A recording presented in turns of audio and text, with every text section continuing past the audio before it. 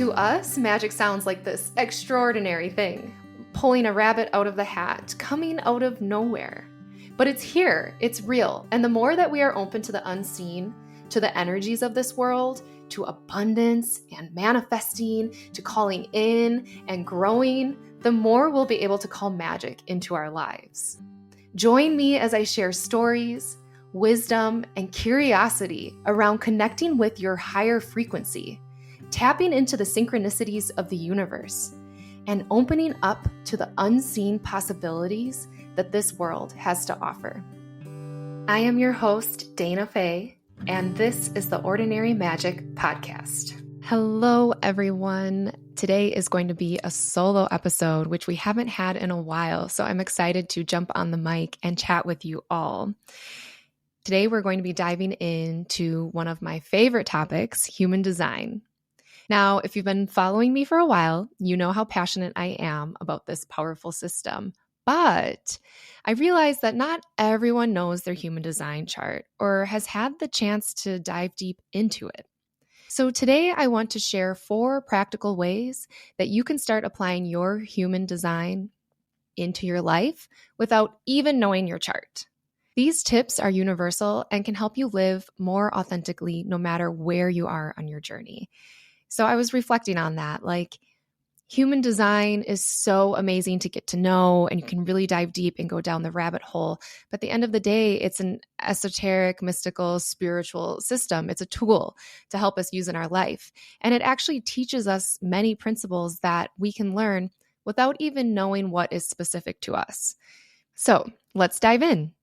Okay, the first principle I want to share from human design, and I would argue this is maybe the biggest and most essential lesson that human design can teach us for our souls, is that your mind is not the driver of your life. Your mind is not the driver of your life. Honestly, I could do an entire episode just on this alone. So many spiritual texts reiterate this idea. Eckhart Tolle come to mind. His book, The Power of Now, is a powerful and popular example of this. Really living in the now, not allowing your mind to drive your life, but being an observer of it, right? So human design teaches us that our body, both physical and energetic, the whole one body we possess, including its seen and unseen layers, has its own mechanics. Our mind is an incredible instrument for reason and logic, but we're meant to make life decisions from our intuition, actually, our internal compass. And that compass, it's like our North Star, lies within our body and our energy field. In recent past history, humans have been taught to be very logical and reasonable and to make decisions that make sense in their mind. But human design reveals we have a far greater instrument for intelligence, and that's our intuition. It encourages us to practice putting the mind in the passenger seat, like if you're picturing a car, allowing it to have a passenger consciousness, to be an observer. Your human design chart tells you about your authority, which is your decision-making or intuitive process. While that's helpful, you can start today without knowing your specific chart. So I would suggest spending one whole day just observing your thoughts. Notice how often your mind runs on repeat, obsessing over things that don't really matter. We all do it. If you don't bring awareness to how much your mind is running, your mind will run you. This is where mindfulness practices become incredibly powerful. Meditation, for example, whether guided, walking, or simply listening to music, helps you practice being an observer of your thoughts. Thoughts will arise no matter what. We can't stop them. And it's your opportunity to let them float by instead of attaching to them. That's why another example is yoga. It can be so calming for the mind. It gives your mind something to focus on while you're moving through postures or holding and breathing, other than your streams of thoughts. So to start living more from your intuition, it's crucial to practice being in a more receptive and open state. This means not running through your 10-step plan or your next month's calendar over and over again in your head while simultaneously checking emails, taking a phone call, and cooking lunch. It can be terrifying if you've never done this before, because when you let your intuition make a decision, it often doesn't make logical sense. You can't explain it. You can't see the future, and you don't have control over how it will all pan out. You just have this feeling that this is what's true for you in the moment. You may feel this in your gut or your heart or your emotions. This is an energy that is bigger than you and your mind. It is leading the way. So, how exciting is it to release the grip on your life and start connecting with this intuitive energy, which is everyone's birthright? Allow that to lead your way because the universe or source has a plan for you that your mind can't even fathom. That's why it's so important to allow your mind to observe, to bring more awareness, to really be that passenger consciousness, and to make note of where your intuition is pulling you in your work, your relationships, your desires, and your passions. These are all clues from your intuition guiding you to your next lesson or your next experience that your soul wants to have in this life. So that's lesson number 1 from human design. Without knowing your chart, your mind is not the driver of your life. Okay, the second lesson from human design without knowing your chart is it's really good to wait to be invited to share your opinion or your perspective or giving somebody advice. Even though this is, if you guys know, the projector energy type, this is their strategy. Their strategy is to wait to be recognized for their gifts, wait for an invitation, and then share their wisdom. And this is my opinion, I truly believe this applies to all types when they're in relationship with other people. Think about this in your interactions with your partner or your sister or your mom. Often when you're sharing a sticky situation or something challenging, it's because you need to move that energy from your body.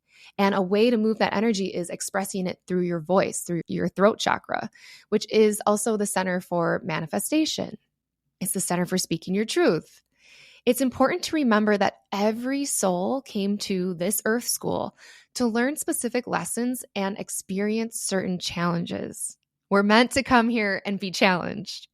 Human design teaches us not to make decisions with our minds, but when a loved one projects their experience onto you, even if their advice is good, following it can take away your opportunity to navigate that experience through your unique human design. It may send you down a road that actually delays the fulfillment of the experience you're meant to navigate and learn on your own.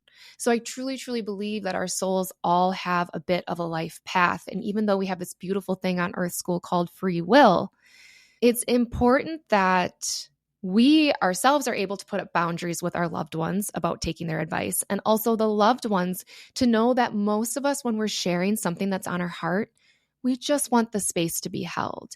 We just want to be witnessed. And we don't want the instant, here's what I think you should do because I know you so well and I love you so much. No, our souls want to make those intuitive decisions themselves. We need to sometimes go through that challenge ourselves. So this can be easier said than done, especially if you're a leader or a mom or someone whose family depends on them. But you can be in an intimate conversation with a loved one and still listen, fully listen, without forming a reactive response in your head. Can you hold space and remain neutral about what they're going through? Then, if and only when they ask, when your loved one asks, what would you do? Or how should I navigate this? You can then thoughtfully share your wisdom and your experience. When you've been invited in, your words and your advice will land so much better. So, my projectors out there, my projector energy types, you already know this. You've experienced the difference between forcing your wisdom onto someone who isn't really ready to hear it or receptive. They don't recognize you and they don't value your input. And I really think this applies to everyone. It's not every energy type strategy, but I think if we all practiced listening more, everybody would be able to move their energy that much quicker and have more autonomy for what's correct for them and give them the opportunity to actually really listen to their intuition that's coming from their body. So this is an amazing human design principle to start applying in your life without needing to learn your specific chart. Okay, the third one, you are incredibly unique. No one has a design like yours. Yet, we're meant to bring our auras together. So this is a little bit longer. This is the third lesson from human design without knowing your chart. You are incredibly unique. We've all been told that as kids. Also, from a human design perspective, even if you share an energy type with someone, there are so many layers of the chart. We are meant to be so individual and so different. No one else knows how we're experiencing this life. And yet, we are meant to work together. We are meant to bring our auras together to create and build communities. So, this point doesn't really give you any homework. It's more about understanding the purpose of life, being a soul in human form, and the importance of your relationships or fractals.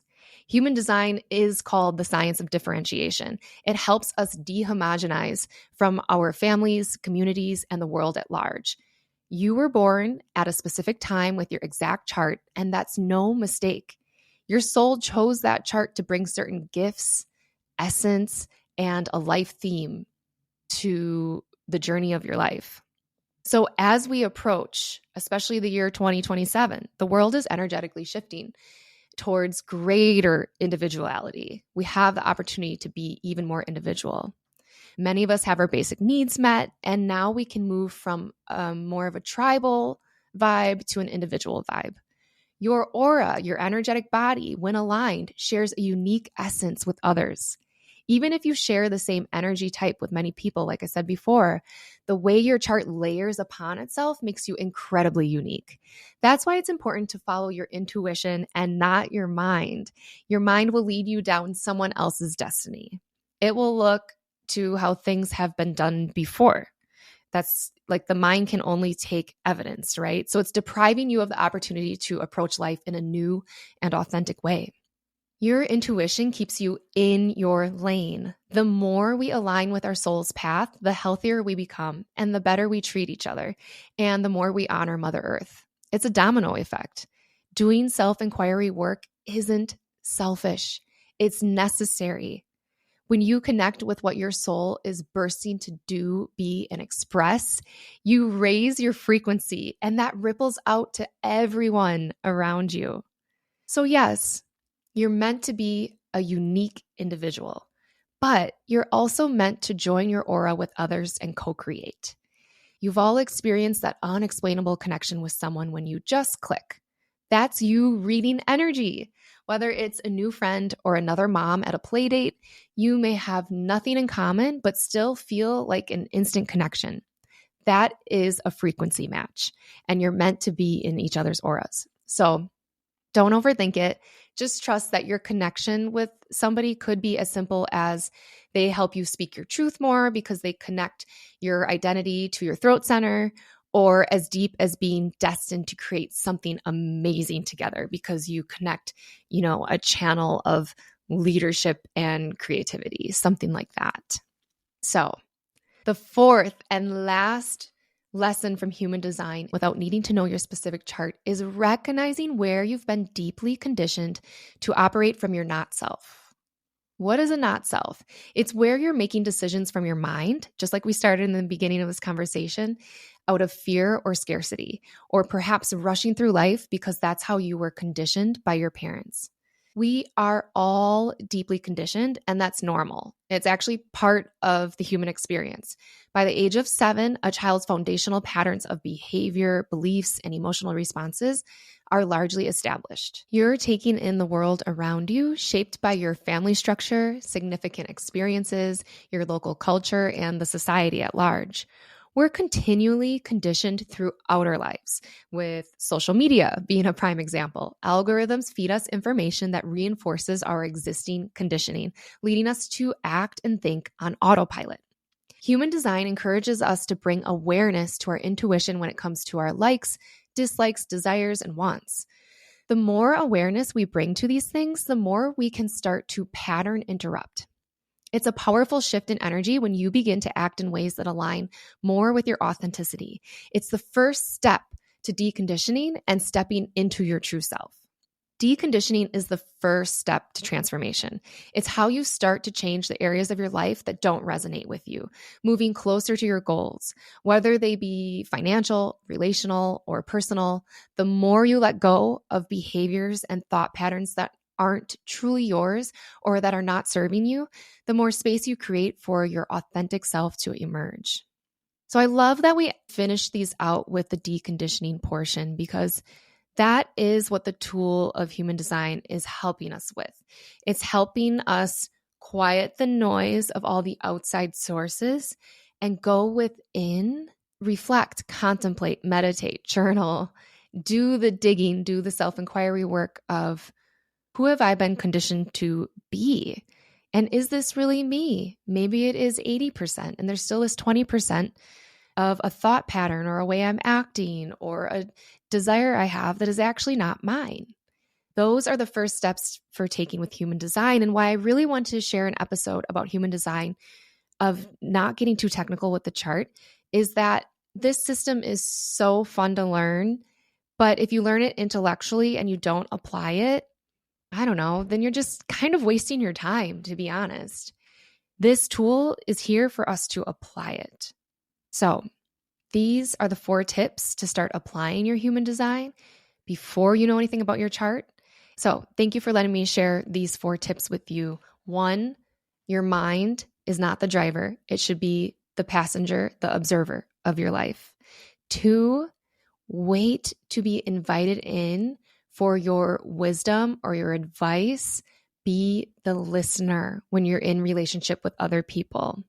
3, we are all incredibly individual. We've all been told that as kids, you're unique, you're the only you, but really, human design shows us just how incredibly individual you are. So not every self-help book will be for you. Not every spiritual tool will be for you. Not every job will be. Not every type of societal standard, relationship, way of parenting. Throw it out the window. It's so fun that we all get to share our unique ways and outlooks on life. And it's amazing that these leaders who went before us are teaching us what they have found, so we don't have to reinvent the wheel. But remembering that you are so incredibly individual. So finding your true essence, your gifts, what your body is desiring. And when I say that, I mean your intuitive sense of, like, where is life pulling you? What does life want you to do? What does your soul need to contribute while it is here in human form? So you're incredibly individual. And then 4th and lastly, we are meant to decondition from being influenced, especially from 0 to 7 years old in our familial upbringing, but also as we just continue with life. I would argue even once you get into your wisdom years, especially when some people retire and they watch the same shows every day, they have the same coffee club every day, things like that. Are you branching out to check in again?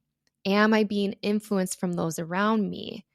Let's do an authenticity check. Am I actually being authentic, or am I people pleasing?